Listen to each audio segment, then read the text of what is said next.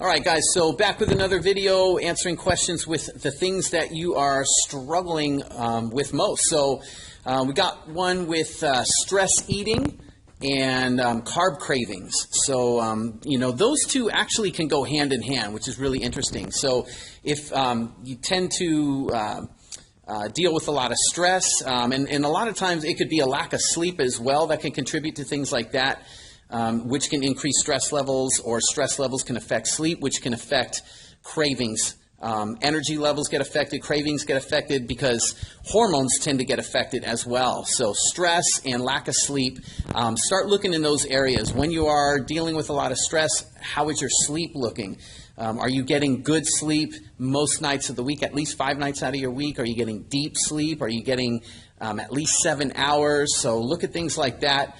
The other thing is what can increase the craving. So just in terms of like what you eat, if you look at carbohydrates in particular, depending on the type that you eat and all that stuff, but carbohydrates tend to affect our hormone that stimulates appetite called ghrelin. And when ghrelin's affected, and we get more appetite, so we tend to be hungrier more often, which means we're more likely to eat or overeat during the course of a day. So we've got to be really careful with that. Again, a lot of it has to do with the type of carbohydrates you eat and the timing. So I'm not saying don't eat carbs or, you know, carbs are bad and all that crap. Just get into our manual, get into our ER8 manual, and it tells you everything in there. The exact types of carbohydrates to be eating and when to eat them. Timing and type are the most important things when it comes to carbs. Get that right and you can really help quell those cravings as well. Other things to look at is, when you're dealing with it, then what happens? When you got these cravings and stuff, what happens when you're falling off track and you can't seem to get off that roller coaster where you're just craving those carbs?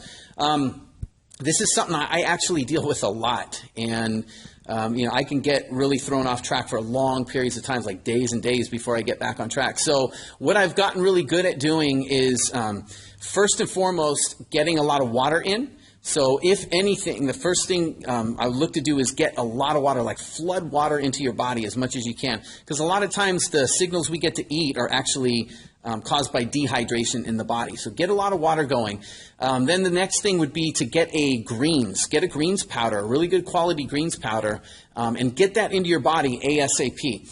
A lot of times when we get appetite increases, it could be caused by dehydration, but it could be caused by a lack of nutrition basically in the body. You could be eating a lot of food, but not getting the nutrients your body needs. There's a big difference. So when you are nutrient deficient, your brain will keep sending signals to eat, and carbohydrates are one of the main things that you might find that you're craving. So a greens drink is one great way to help flood your body with a bunch of micronutrients to kickstart that whole process to, get them in your body fast and start to calm the cravings down. Another thing is fish oil. Taking a good tablespoonful of fish oil, that can help, it's a nice high quality fat that can help kind of blunt the appetite a little, create a sense of fullness. Also has a lot of other benefits that go with it. So I would get with that. And then in terms of just looking at things like getting protein and fat, right? So have like a heavier protein type meal, maybe a salad of some sort with some chicken or some steak or some shrimp or tuna, hard-boiled egg slices, things like that. So look into things like that. The protein and the fat should help to keep you satisfied longer, so that and keep your energy levels up so that you'll have less tendency to be dealing with cravings and high and lows with energy and things like that, all right? So hopefully that helps you out, and that takes care of our video number 2.